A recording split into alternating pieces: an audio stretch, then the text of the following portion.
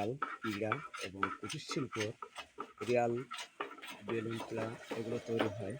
দেশ ও দেশের বাইরে যে যেখানে আছে সবাইকে আমাদের পক্ষ থেকে শুভেচ্ছা অভিনন্দন। আমাদের নিজেদের প্রতিষ্ঠানে এগুলো তৈরি হয়।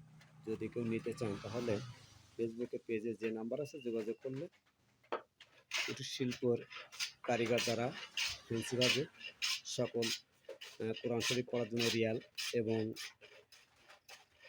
পালিশ এবং নন পালিশ এবং রুটি পরোটা বানানোর জন্য পিলা বেলুন সহ কুটির শিল্পের সব ধরনের পণ্য এখানে তৈরি করা হয়।